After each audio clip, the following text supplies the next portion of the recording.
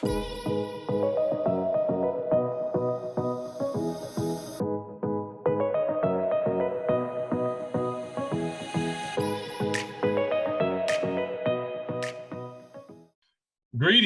I am Dr. Sean R. Tart, the Region 3 Superintendent, where we learn, lead, and live. It is indeed a privilege and a pleasure to welcome you tonight to the Comprehensive Master Plan, our town hall meeting for tonight.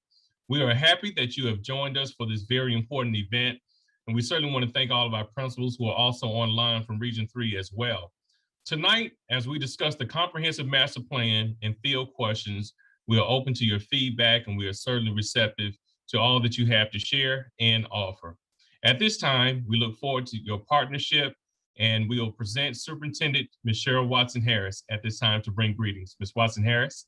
Thank you so much, Dr. Tart, and what a pleasure to be in Region 3 with you, sir, as our regional superintendent, and all of our Region 3 stakeholders. Thank you to everyone for joining us this evening. We suspect that we have many of our members of the Board of Education in attendance as well, and we thank them. We know that they have been so committed to this process and attending as many of the town halls as possible. We're happy that you've joined us for what we hope to be a very informative evening and an informative town hall. This meeting, as well as all of the others that will follow, is the second phase of a partnership between you, our valued stakeholders, and the school district. This partnership is important because it will serve as another opportunity to provide increased quality instruction, programs, and better facilities for our scholars. The Comprehensive Master Plan, or the CMP, and this process touches each of our strategic plan goals. However, key goal area number 1, student success with equity and access, and goal area 5, facilities, will be the hallmark of this project. The CMP is not only a reflection of our strategic goals, it is also another stroke on the canvas of the aspirational vision we have for the DeKalb County School graduate. Please understand, and this is very important, please understand that the information presented this evening, these will only be recommendations. This is a start of a conversation. Please know that these are only recommendations. During this phase of the process, it's our hope to offer these recommendations so that we can get your feedback on what is proposed. You will have an opportunity to complete a little survey during the town hall to let us know what excites you the most, or any questions that you have about the CMP recommendations. You'll also hear from Hans Williams later of our email address to send specific questions, issues, or concerns so that we are able to chunk those and trim those and respond to all of our stakeholder group. So at this time, it's my pleasure to turn the meeting over to our teammates from our operations team, as well as our partners from Perkins and Will. Thank you, and I hope that we have a very informative town hall, and thank you again to everyone for joining us. Thank you, Madam Superintendent. I'm Richard Boyd. I'm the interim Chief Operating Officer. I want to reiterate what the superintendent just said. The options presented here tonight and at all the October town hall meetings, these are just options and they're not set in stone. The goal of these town hall meetings is to get your feedback on these options so that we can refine the CMP recommendations as we move forward. Next slide. Okay. Before we get into the options presented, though, I want to give you a preview of what you'll be seeing in the presentation. You'll see recommendations for new school buildings, for early learning centers in every region, and K-8 to help address the continuity of instruction. You'll also see recommendations to merge schools together to provide for expanded programs and student support, more resources for instruction for students, and you'll see recommendations for additional programs to prepare students for the changing workforce. There are many more components to the CMP, such as facility condition improvements, redistricting, financial analysis, and scheduling of projects. But at this point in the CMP process, we just want to keep the focus on the big ticket items like what you see here. As the CMP moves forward through these October town hall meetings into a draft CMP in November, there'll be more detail on the various aspects of these projects. Now, first, I want to take a step back and give you a quick overview of why the district has undertaken the CMP before I hand this over to Perkins and Will to talk about where we are in the CMP process and what we've heard from district stakeholders have led to the recommended options that you'll hear later in the presentation, and finally, what those options are. Next slide. All right. Over the last several years, it's become clear to the district that we really needed a comprehensive plan, a vision for where the district wants to be, that all of the important decisions over the next several years can align to, and that itself aligns to the strategic goals of the district. The comprehensive master plan is intended to be that vision for the district over the next 10 years, a plan that looks comprehensively at the entire district and the communities that the district serves. Now, to share with you where we are in the process of developing the comprehensive master plan, I'll turn it over to Jared Serwer from Perkins and Will. Good evening, everyone. It's a pleasure to be here and share where we are in this important process. This timeline shows a lot of different steps and tasks, but to summarize, we're currently heavily in task 3 and getting ready to transition to task 4. And so you'll hear a lot tonight about options and ideas developed during task 3. And then soon after these town hall meetings are completed, we'll transition to task 4 and start to make recommendations on how to implement some of these ideas. From the beginning of this process, we've made a very intentional effort to solicit input from a wide range of perspectives so that we can develop a more nuanced picture of the district as a whole and the needs of all of its constituents. In addition to engaging regularly with the school board, district staff, principal advisory committees, and principals, we have and will continue to reach out to a variety of people and groups that are willing to share their perspectives on DeKalb County schools and what they hope will result from the comprehensive master plan.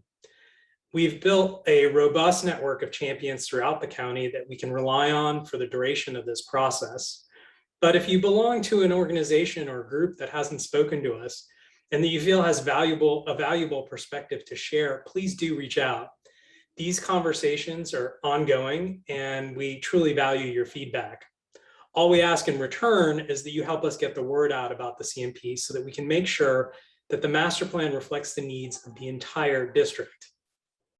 Among the organizations we have spoken to are economic development organizations like Decide DeKalb, the mayors of Lithonia, Clarkston, Tucker, Avondale Estates, Doraville, Brookhaven, and Dunwoody, city council members from Stonecrest, Doraville, Stone Mountain, and charitable organizations like the United Way and Catholic Charities of Atlanta. And we've even spoken to civil rights organizations like the NAACP. Across the district, we've heard about problems with maintenance and your frustrations with long deferred maintenance. It's clear that major investments need to be made in order to upgrade or replace aging facilities, to rectify deferred maintenance issues, and eliminate trailers especially. Given the experience of the last year with remote learning, there's a strong recognition that internet and technology infrastructure are going to continue to play a big role in the success of schools, and that they need to be upgraded and made uniform across the district. We've also often heard about the importance of community and the role of schools in helping to create a sense of community in DeKalb County. Sometimes this has to do with a strong correspondence between attendance zones and various municipal boundaries, and in other cases, it simply has to do with the value that people place on their neighborhood schools. We've also heard from communities that feel left out, but that desperately want to build a stronger school-community relationship. And we believe that this desire for community is a strong foundation for the further development of the CMP. As part of these conversations, we were encouraged to reconsider current grade configurations and school sizes to increase diversity, limit middle school attrition, and make better use of available seats. DeKalb County is very diverse. And across the district, we have heard that constituents want to see that diversity reflected in the student populations of schools. Finally, many would like to see school facilities, many would like to see school facilities, lost my place here, excuse me, like to see school facilities made more accessible for use by the communities that they serve. This could be for after-school programs, adult education, mentoring programs, and sports. Since school facilities are so prominent in many communities, it seems like a missed opportunity that they can't be used more often outside of school hours. Our conversations with DeKalb mayors and other municipal leaders indicate that the district would like to take advantage, that the district could take more advantage of opportunities to work with city and county governments to leverage resources and funding to solve school-related facility challenges. Now, as part of these conversations, many of you know, if you engaged in some of these conversations with us, we took careful notes and tried to really keep track of what people were saying to us in their own words. And so this slide captures a few quotes that we thought were important from those conversations that reflect on the themes of the different ideas that we heard about during our stakeholder engagement process. We heard a lot about facilities and infrastructure. We heard about redistricting and the fears that may raise in people. We heard about ambition and thinking big and doing great things for the district. We heard about people's desire to make sure that any changes to the district reflect the need for equity across the district. And of course, we heard a lot about people's impression and experiences with the various facilities throughout DeKalb County schools.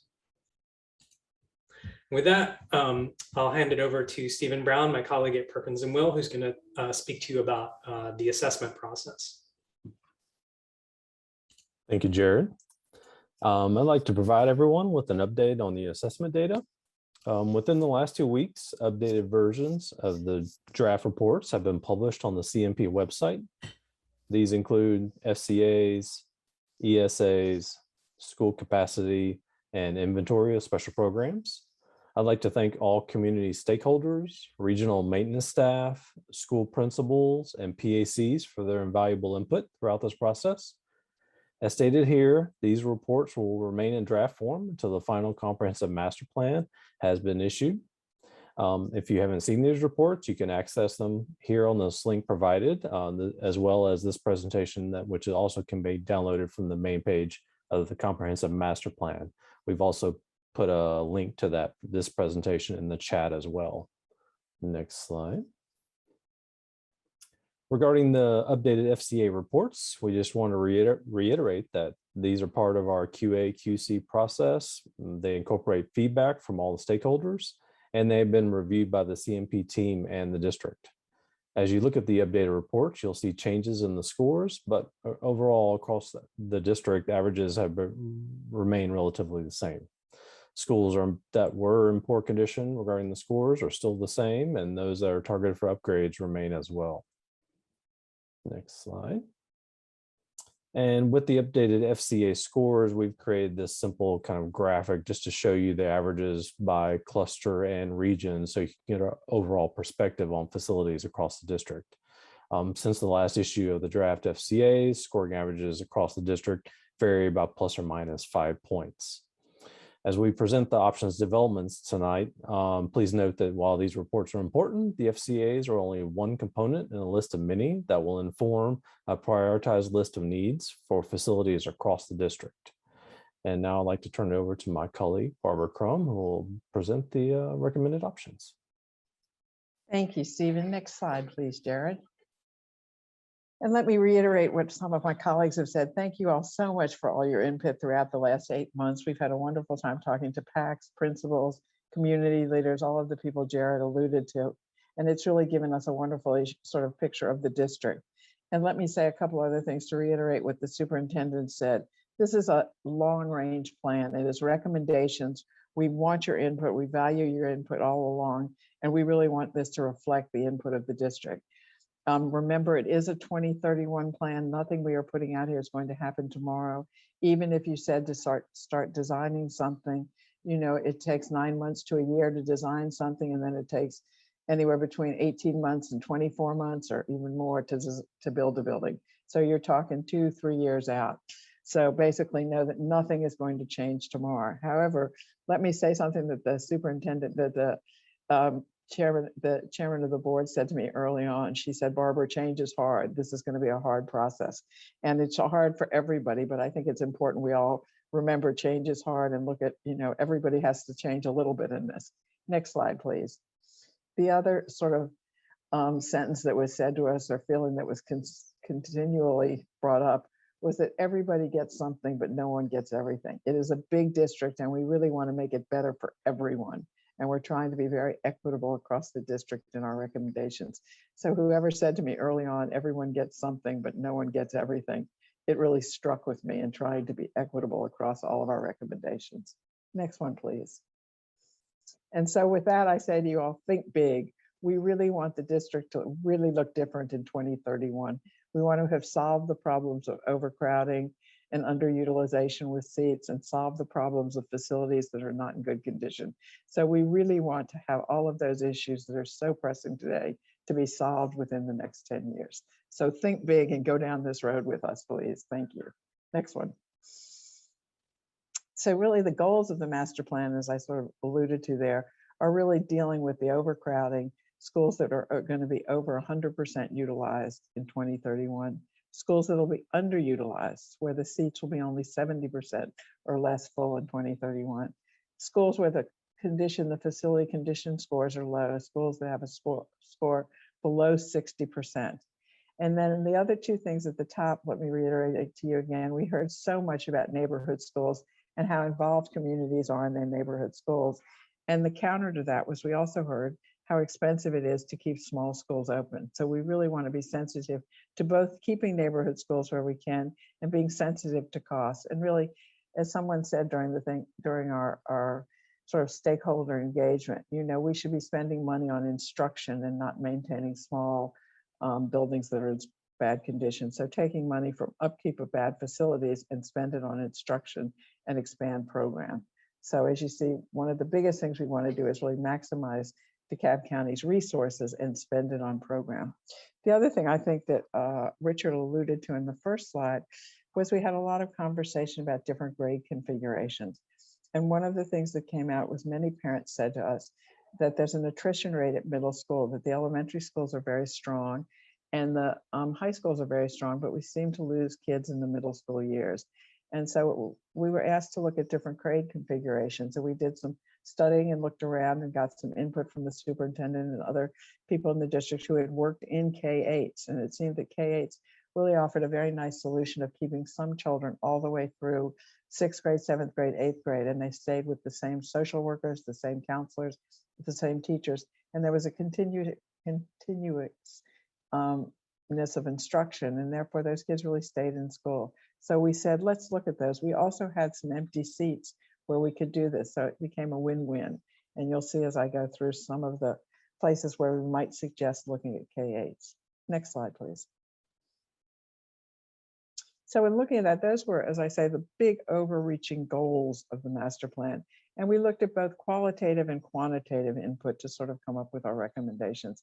And some of the sort of qualitative ones were really trying to balance the clusters. We have some clusters now that are way overcrowded and some that are way underutilized. So we were trying to do the feeder patterns to balance the clusters. Throughout the district, most of the middle schools have a 1,200 seat capacity. Most of the high schools have in the range of a 600 seat capacity. And that meant to us that the class coming in at 6th grade that goes through and matriculates all the way through 12th grade is about 400 students. So we kept trying to balance the clusters of elementary schools to really come up with a cohort of 400 students that entered into the middle school in that cluster.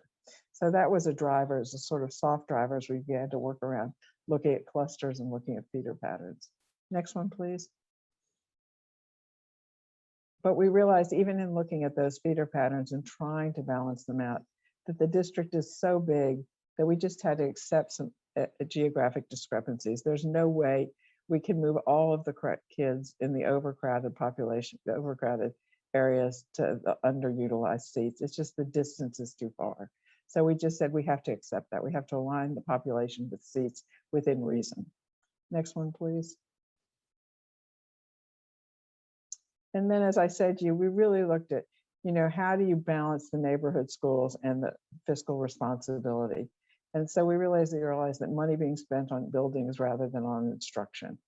We tried to look at some other benchmarking in other districts, and it seemed that 130 schools was really too many for a district of 93,000 kids.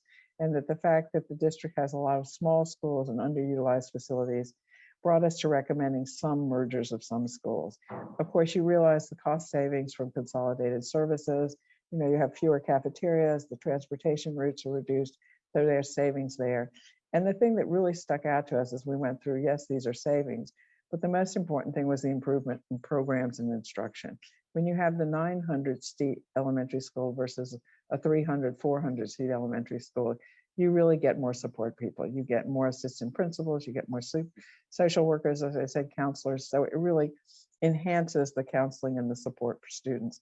And you get more programs. You can do more art, you can do more music, you can do more connections. So it seemed to us that it was sort of a no-brainer to look, where did it make sense to sort of spend the money more on instruction than buildings? Next, please. And so those, as I say, were sort of the qualitative. I sort of say they're the sort of soft things we looked at. And then, of course, we had the data. And the data we had was, the FCA scores and the utilizations. And again, let me remind you, we're looking at the 2031 numbers. So all of our projections come from our demographers looking out 10 years. Next, please.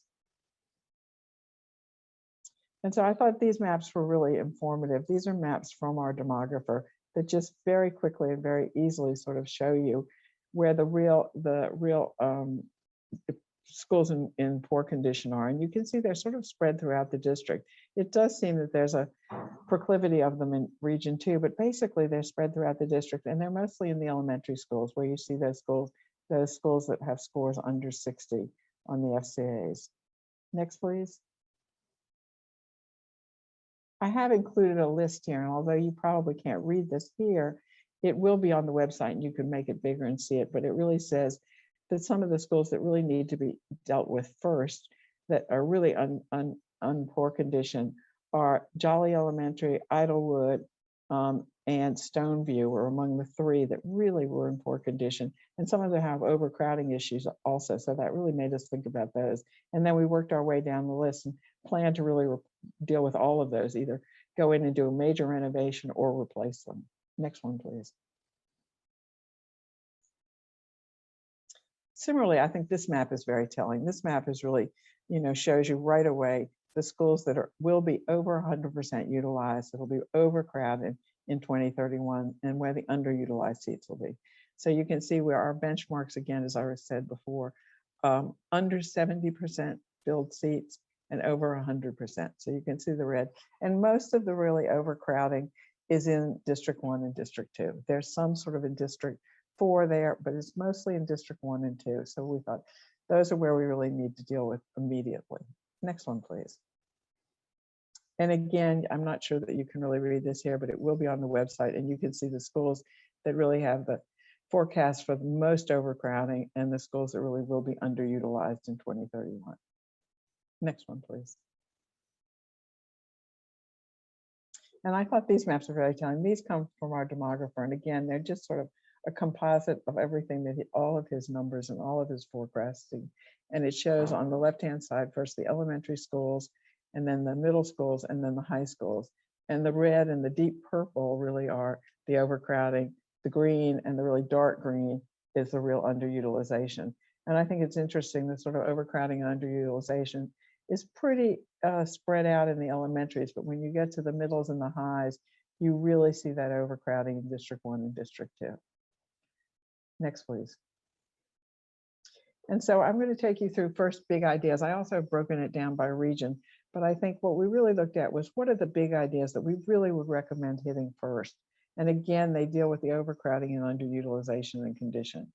So let's go to the next one, please. The forecasted overcrowding, is just so obvious. It's Chamblee, Cross Keys, and Dunwoody. All 3 of those high schools will be over 50% capacity in 2031. Similarly, Sequoia Middle will be over 50% capacity, and the other two middle schools in Region 1 will be over capacity, but just not quite as enormously. Next one, please. So our approach is to deal with those issues first. And so we really are saying some of the big ideas, let's go ahead in District 1 and create a whole new cluster. There's a need for a new high school. So we are suggesting that you build a whole new Sequoia High School and you develop a Sequoia cluster. It would have a new middle school. We'd replace the middle school that's there, and we would consolidate Dresden Elementary and Cary Woods on the Dresden site. So we'd have room to build that high school and middle school on the site where the middle school is now. We also, I know it has been in the works for a long time and was in SPOS 5, the Cross Keys replacement. So we were saying, again, build that Cross Keys High School, get that built, get it built a little bigger than the one now so that you can pick up some of those other crowding, the other overcrowding in District 1. So we were saying, build the new Cross Keys, build a new Sequoia cluster with a new high school and middle school. We're also suggesting that we create a K-8 at Austin Elementary and create a K-8 at Dunwoody. It's really the new Chambly site elementary. That elementary will open, it's going into construction, I think this fall or this winter. So it'll be another year and a half and it will open 23, the fall of 23.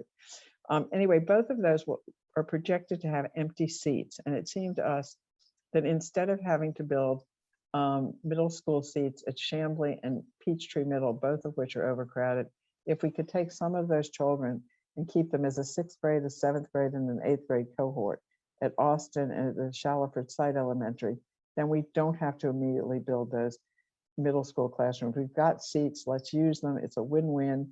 K-8 works for education and it works for overcrowding for us. So we thought that's sort of a no-brainer. And then we also realized that Stone Mountain High School is way overcrowded. So we said, that's a need. We need to go ahead and build the addition at Stone Mountain High School. Next one, please.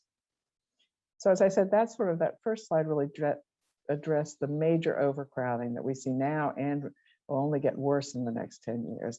And so the other thing we said is let's address the overcrowding in the schools with poor condition. And these were in a number of the elementaries. And I think I alluded to Idlewood, Jolly, and Stoneview right out of the bat. And that Idlewood number is a mistake. It's 49. I'm sorry, I should have corrected that. So those 3 schools are among the lowest FCAs. They also have overcrowding. So I said, those should be big priorities to get done first. Then the other 3, they are Hightower, Ashford Park, and Farrington. Again, the FCAs are challenging, and Hightower and Ashford Park are going to be way overcrowded in 10 years. So again, we said, let's deal with those. Those are all big needs to deal with overcrowding and poor condition. Next one, please. And then on the flip side, we said, let's deal with the underutilization. And we have a lot of the new elementaries that have been built at 900 seats that are not full right now. And they can help us with that middle school with the middle school overcrowding. As I said, at Austin, we can pick up a 6th, 7th, and 8th grade. At Dunwoody Shallowford site, we can pick up a 6th, 7th, and 8th grade. And we can similarly pick it up at Smoke Rise, which would take the need for middle school classrooms at Tucker out. Tucker's overcrowded right now, or will be overcrowded in 2031. So again, those help us terrifically. We also said we would suggest creating a K-8 at Indian Creek. It does have extra seats, but the other thing that Indian Creek does for us is it helps with the Clarkston community. The Clarkston community would love to have a middle school closer to the high school. Transportation is very difficult. And so we thought if we can get some of those middle school students in Indian Creek, it's considerably closer to the high school than Freedom. It's still in our plan to deal longer term with a middle school for Clarkston, but this would be an immediate solution to take some of those kids closer. And we have the opportunity to do a K-8 at Pleasantdale and Peachcrest too, because of the underutilization. So we thought, you know, if this is a successful academic model, we really ought to do a number of them across the district. Next one, please. And again, here's dealing with the underutilization and the poor condition.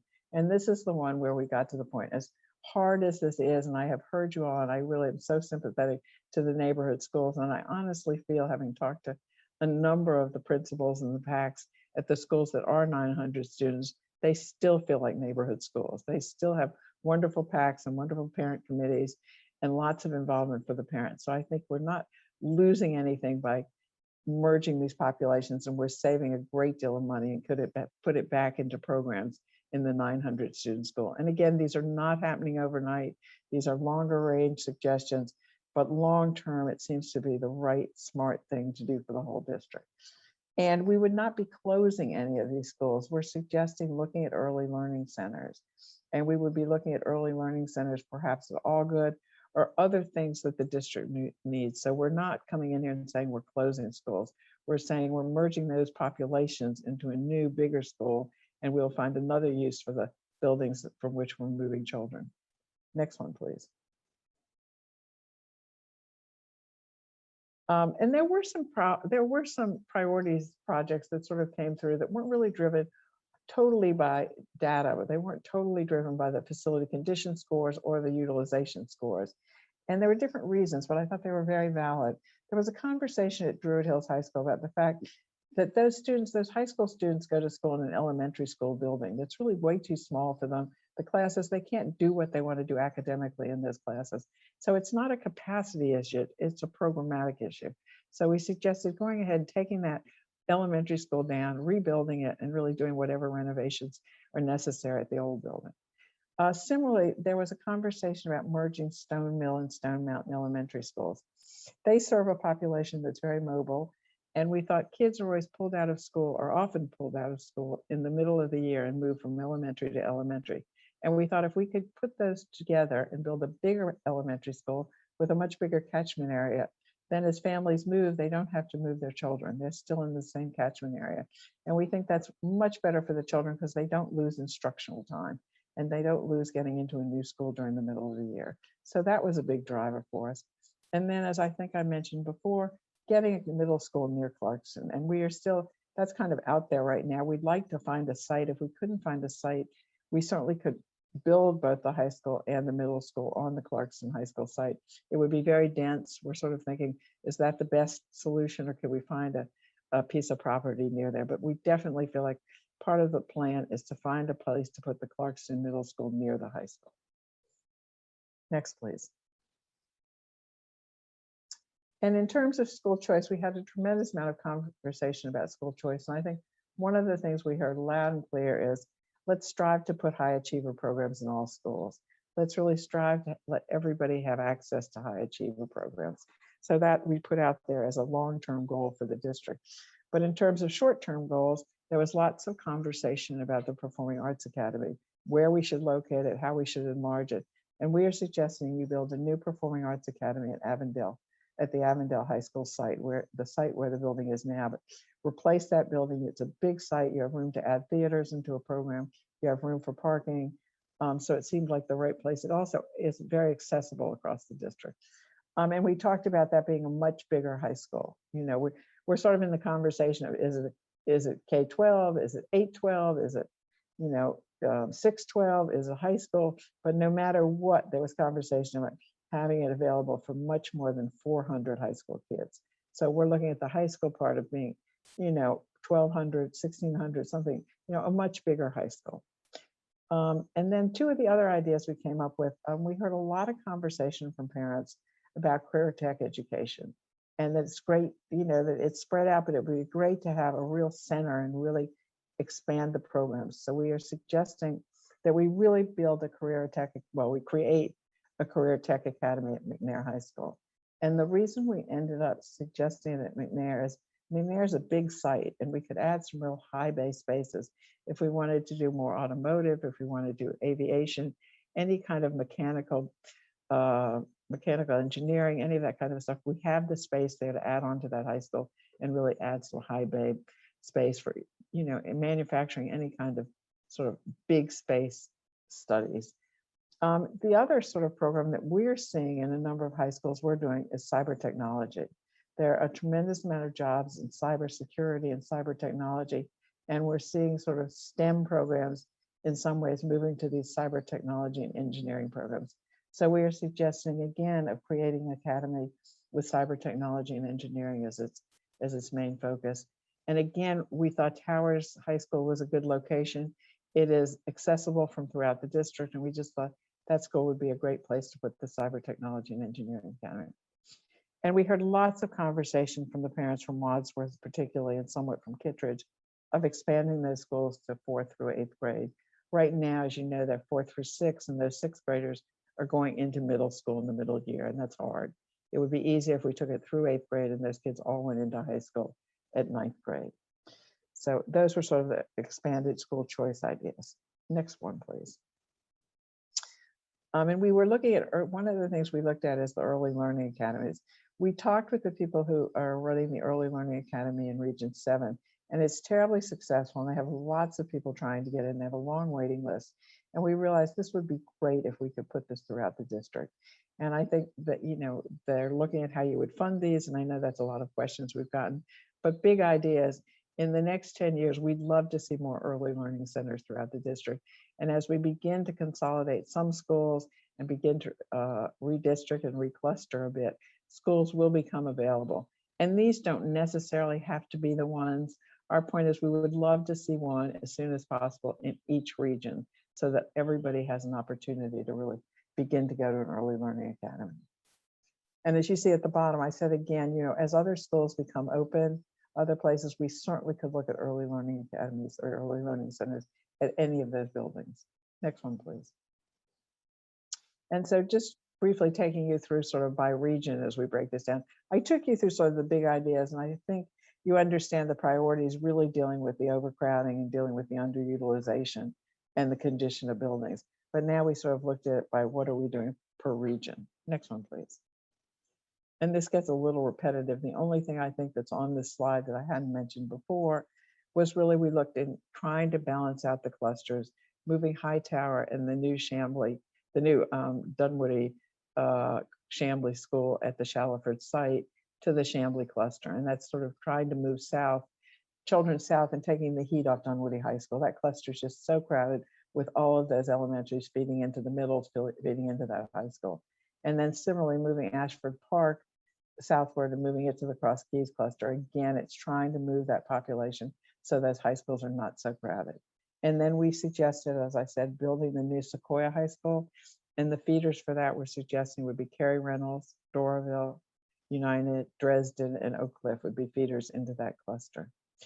And similarly, we talked about building the new Cross Keys, and we're suggesting you build it right on the Cross Keys site. You know, it may be that you could save part of that building and repurpose it, but that's really the location that seems the most palatable for everybody. So we say build that on that site. Eventually build the new Hightower, build the new Ashford Park, and consolidate the Dresden and Cary Reynolds. Then here we said the K-8s, I think I mentioned at Austin and Dunwoody. And here we were suggesting putting an early learning center at Kingsley. Kingsley has the smallest population. It could easily be spread apart the other elementary schools in that cluster. Next one, please. In Region 2, we're suggesting moving Sagamore Hills to the Druid Hills cluster, again, to take some of the heat off of Lakeside. So those children go through another cluster than through Lakeside, but we've gotten a lot of feedback on that. It's creating Smoke Rise as a K-8, and that really helps take the heat off needing to build middle school classrooms at Tucker. And here again, Idlewood was one of the worst FCA scores, so we really say build that right away, and then do the renovation and the addition at Druid Hills, and get the consolidations here, and build the Performing Arts Academy. Next one, please. Region 3 is easy. Build the new Stoneview, and that's one of our biggest priorities. Do it immediately. And we suggested putting the Early Learning Center at Pine Ridge because it had the lowest population and we could easily spread it out. But over time, it may be that locates someplace else, but we definitely want an Early Learning Center in every region. Next one, please. And in Region 4, create the K-8 at Indian Creek that begins to help out with getting middle school kids closer to Clarkson High School. An Early Learning Center, perhaps at Allgood, when Allgood and Donaire consolidate. Build the new Jolly right away. That again is one of our most overcrowded and in poorest condition schools. And then deal with Clarkston and the new Clarkston or addition at Clarkston and a middle school. And then build the addition at Stone Mountain. Consolidate Stone Mountain and Stone Mill Elementaries into a large elementary. Next, please. In Region 5, we're suggesting moving Farrington in the Miller Grove cluster. It's right up there next to Miller Grove. And we're suggesting the Early Learning Center at Rainbow. We've gotten a lot of feedback on that. It doesn't have to be at Rainbow. Again, we chose Rainbow because it was the most underutilized. And so build a new Farrington. Farrington had a very low FCA, so did Chapel Hill. So over time, we think you need to replace both those schools. Next, please.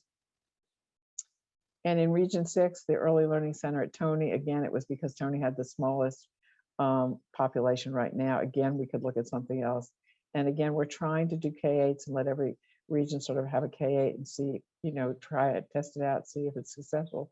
We could do a whole, we talked about the possibility of making any whole cluster K-8. So there are lots of possibilities there, but we thought we'd start with K-8s and have every region have an opportunity for K-8, have an opportunity for early learning. And here's the exciting thing, I think, is creating the Cyber Technology and Engineering Academy at Towers. I think that'll be fabulous. I'm really excited about that. Next one, please. And in Region 7, again, I'm just as excited about the Career Tech Academy because we had so much conversation from parents about really offering a full Career Tech Academy in the district. And here we would suggest that you fold the programs in from DeKalb Tech South and enhance them. They're oversubscribed. Kids love those programs. We can make them bigger and better if we put them in with McNair. Next one, please. And so just a little bit to take you through the time frame. And this is our first out of the box look at this. And I'm sure this will evolve in the next 2, 3, 4 weeks as we hear more and more. But let's look at the next slide just to give you some idea of what we're thinking time frame wise. We sort of put it in buckets of 1 to 2 years, 2 to 5 years, and 5 to 10 years. There is some money left, I think, in the SPLOST 5 program, and we thought if we could begin the Cross Keys design, that would be great immediately. Get that going. That's been promised to everyone for a long time, and I think everyone knows that has to happen. So if we could get that design going tomorrow, I think it would be great. Similarly, if we could begin to look at merging the Cary Reynolds and Dresden at the Dresden site, that begins to open up the Cary Reynolds site. So we could begin to think about, how we're going to lay out the Sequoia Middle School and High School on that site. So that was when we thought we could begin to do that design and get that going early. We could easily create the K-8s both at the new Shaliffer Road site and at Austin and at Smoke Rise. And we talked about with the Performing Arts Academy, there was conversation in SPLOST 5 about beginning the design on that. And we thought, well, we really could go ahead and do the programming, begin the concept design, even though we wouldn't have any funds to build it till later. But there is some money left in SPLOST 5 that we could dedicate to that project. It was a project that was in SPLOST 5. And so the programming phase could certainly go ahead and happen immediately. Then we're looking at 2 to 5 years. Again, the biggest priority I see is the Sequoia High School and Middle School.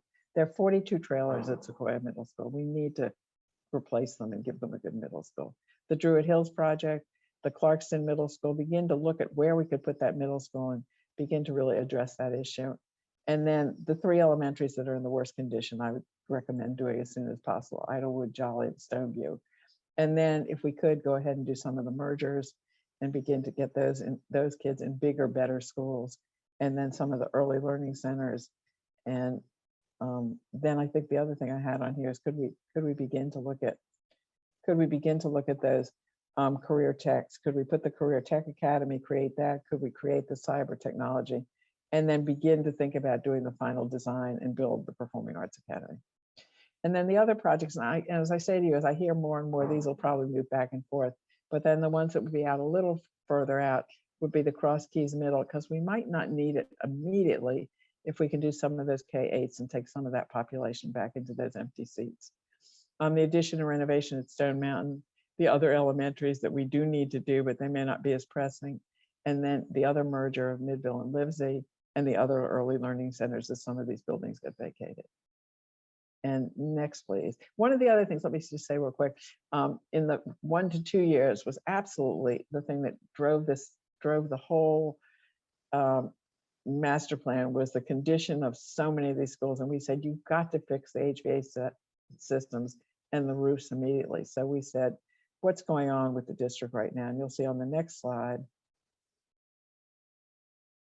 that I went and asked, what are you doing right now to do this? And when can we get this done? Right now, there are 22 elementary schools, or 22 schools, I think this includes Salem Middle, that are getting HVAC replacements and roof replacements. And these are in design or in construction. And I know Hans and the facilities folks are right now beginning to line up the next group of these that they'll get design services for and start. So, we heard loud and clear, these have to be done. They need to be done immediately. Well, 22 of them are underway right now. So I think this begins to answer some of the issues that we heard early on. So in general, in summary, which is the next slide, I think. In summary, what we really want the CMP to do, we want them to really address, we want to really address the overcrowding. The sooner we can do it, the better. There are just a number of trailers throughout the district that we would like to eliminate. And then really address the poor conditions by either merging those schools or fixing the HVACs and roofs and doing major renovations where we need to. Create the K-8s and the early learning centers, which I think would enrich the academic profile of the district terrifically. Increase the diversity and equity by redistricting, by changing some of the feeder patterns. We hope that we're mixing up the populations more. And then above all, save money and expand the programs. Spend the money on instruction. And with that, I'm going to get you to one more slide where I'm going to ask for your feedback. The next one.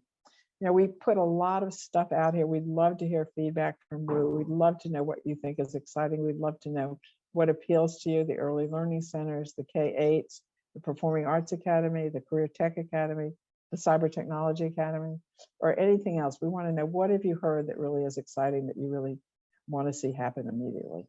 And thank you very much. I think I'll open it for questions. And I think, Melissa, are you taking the questions? Yes, I am. Good evening, everyone. My name is Melissa Harris, and I serve as the Deputy Superintendent for Community Empowerment, Innovation, and Partnerships. And so we have a couple of questions in the chat, being that I am going to go between both Q&As in order to ask the questions posed this evening. Additionally, I know that my colleague, Mr. Butler, is also answering questions in the chat, so I will not lift those questions up.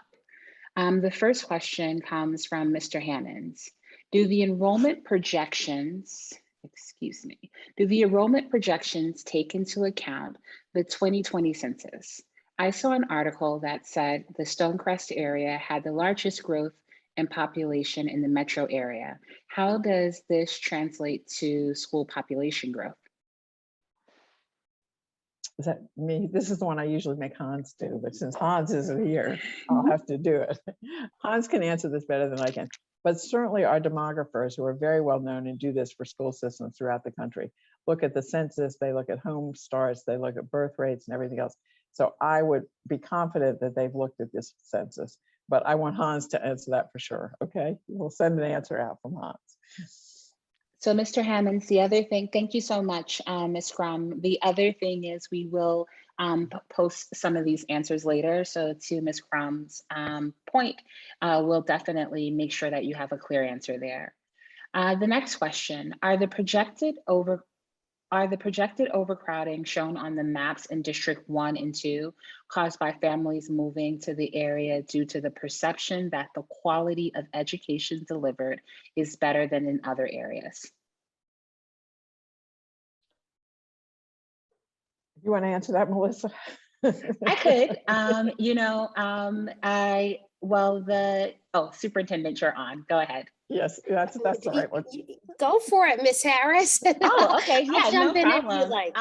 Yeah, so what we're looking at in the projected of overcrowding, I think that that's a qualitative way of looking at it, that people are moving there because of the quality of education is better. That's not what we're finding. What we're just finding is that just due to density in those communities, families are choosing to live in some of those areas. However, even with overcrowding across the district, we do see that there is a population decline that's happening within the DeKalb County area.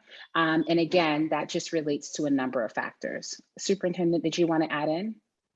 No, I think you answered it fully. I would only say that the perception of all of our schools is definitely something that we're looking at, because we stand behind all of our schools and we want to make sure that every school is a great school for our students in those communities. So we continue to look at qualitative and quantitative data in terms of how well schools are doing, and have every school on an improvement plan, because we believe that every school can be great and all schools can get better at something. So this is something that we discuss and monitor, not outside of the CMP. This is our work every day. Thank you. Thank you so much, Superintendent. There is a question here. I am a parent with an elementary school child, and I have some concerns. Considering that there have been several patch work orders done on buildings in Region 6, what are the plans for all schools, most importantly, E.L. Miller, Redan Elementary Schools, in regards to capital improvements? I know that both E.L. Miller and Redan are on the list for big improvements. And I know E.L. Miller, I think, is right now HVAC and roof, but they're going to, I think the conversation is to add to that project, that there are a number of things in that project. And I think Hans right now is beginning to define the scope of those schools, but every one of those schools that has a low FCA, he is adding to right now. There's CARES money, there's going to be SPOS 6 money, and he is in the process of prioritizing all of those schools. And I'm hoping when we finish this, there is no school with that low FCA, that we have gone into every one of these elementaries. And that's his plan too. So I think within the next 3-4 weeks, he will have that prioritization and be able to identify all of those projects. And they should include every one of those elementary schools that's with a low score.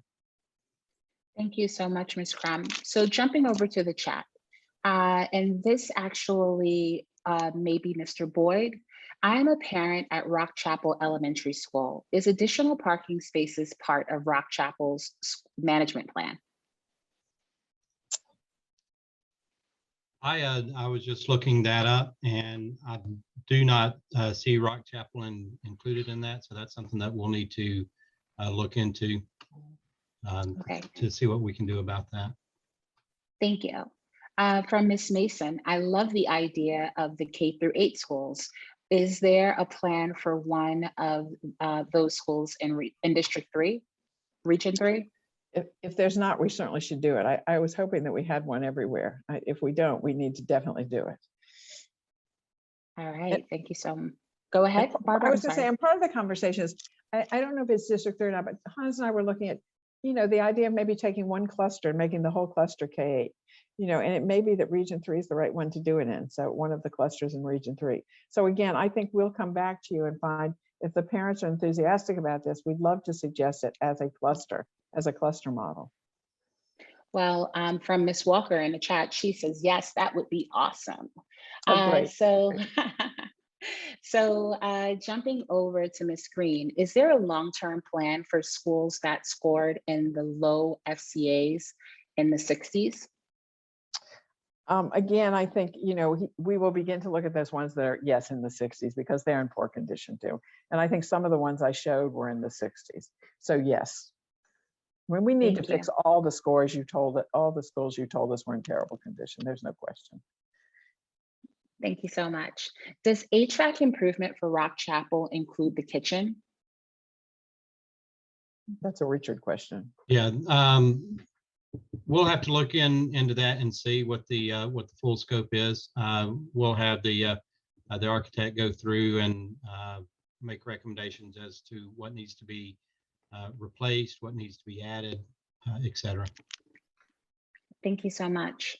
There's a question around the Career Tech Academy.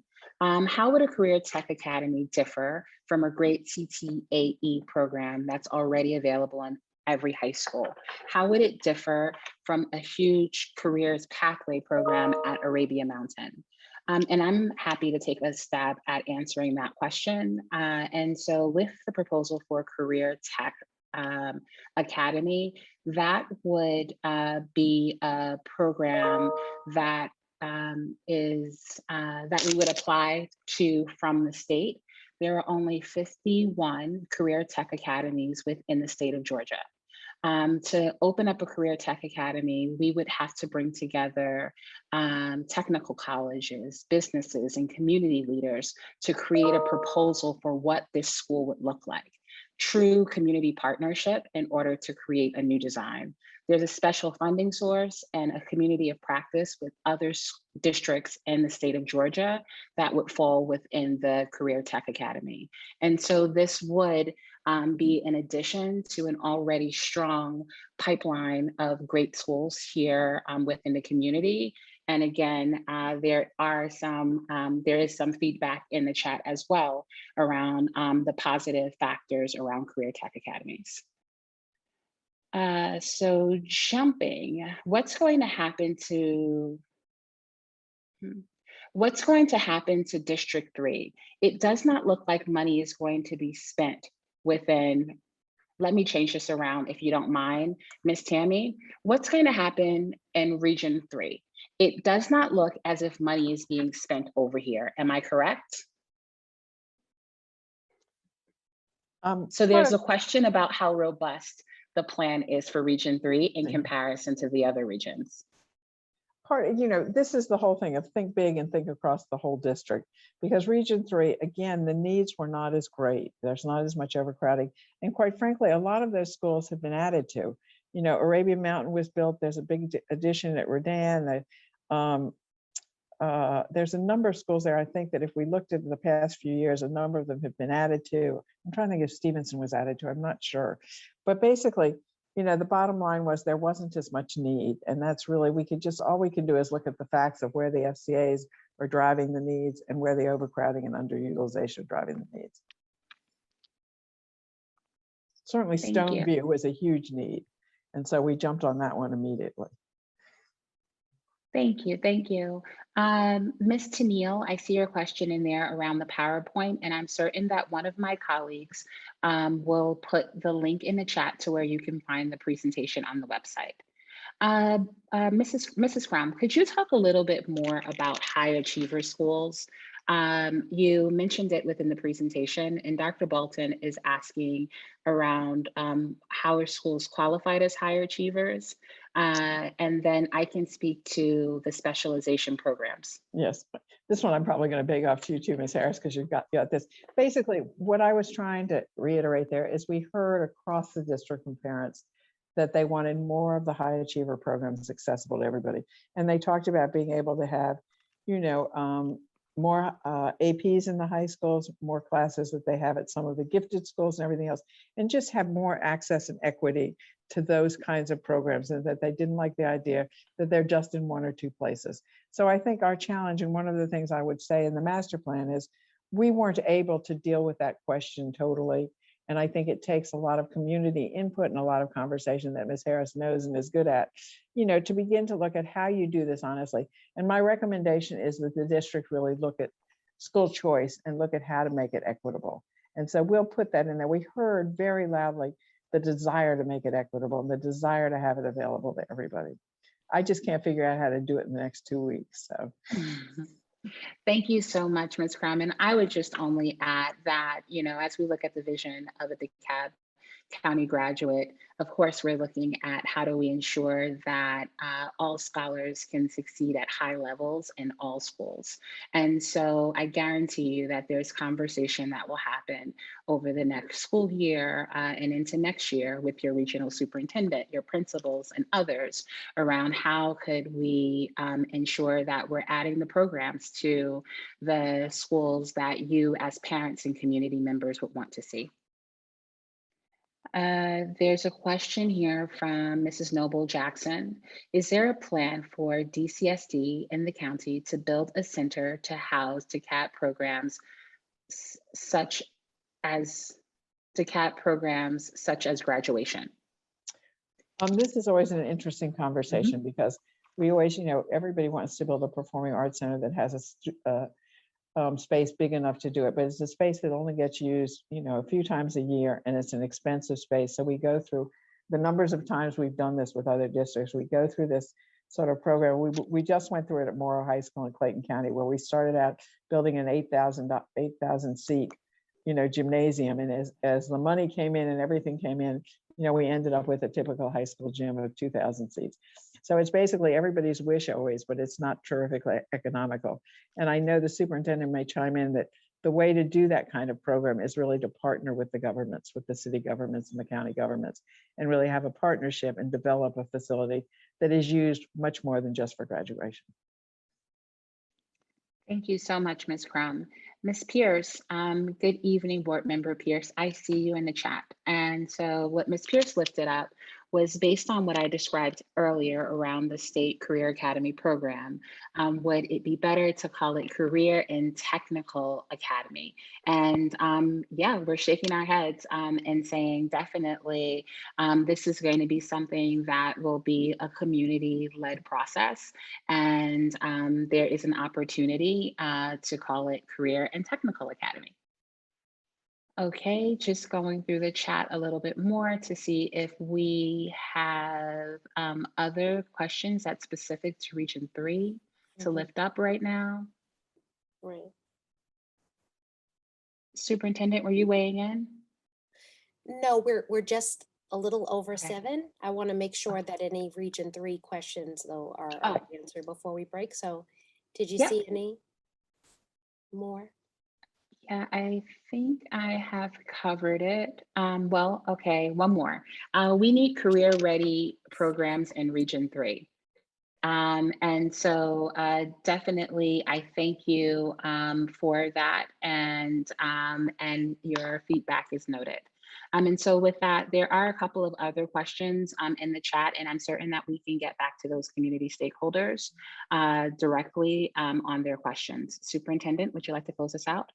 Yes, thank you so much. Thank you again, Ms. Harris. Thank you, Barbara Crum, and all our friends at Perkins and Will. Thank you to our amazing team.